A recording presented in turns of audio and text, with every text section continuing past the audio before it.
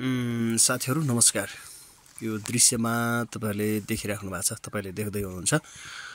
यो साना ठ्याक्क बुट्यानहरु छन्। यो बुट्यान यो चराको चिरबिर आवाज सँगसँगै मैले तपाईहरुको बीचमा यो भिडियो राखेको छु।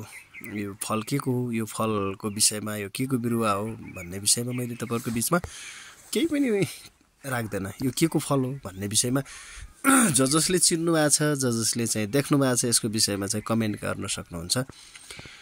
मैले यो चाहिँ मिठो चराको आवाजको चिरबिर सँगसँगै छोटो भिडियो राख्दै छु। दृश्यमा देखिराख्नु भएको छ। यो दृश्यमा बिरुवा यसरी बिरुवा पनि राखेको छ। सानो बिरुवा हुर्कदै गरेको बिरुवा छ। यो चाहिँ नबिग्रोस् भनेर यसरी चाहिँ वरपरबाट काठले चाहिँ बारेको छ। काठहरुले चाहिँ बारेका छौं।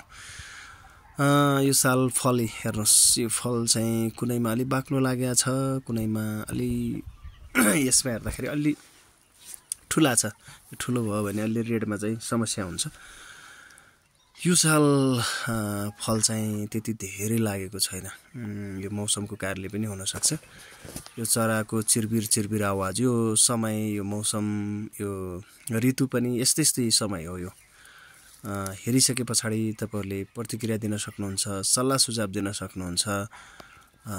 यो चाहिँ जति मसिनो फल्यो त्यति राम्रो हुने हो। यो चाहिँ मसिनो फल चाहिँ लाग्दै छ कसैमा भने कुनै बिरुवामा लागेको छैन। मलाई रुगा लागेको छ, त्यसो हुँदा अलि पटक काँसो पनि आइराखेको छ। जस्तो लाग्छ त्यसै सल्लाह सुझाव र प्रतिक्रिया दिनु होला। हस्त धन्यवाद, नमस्कार।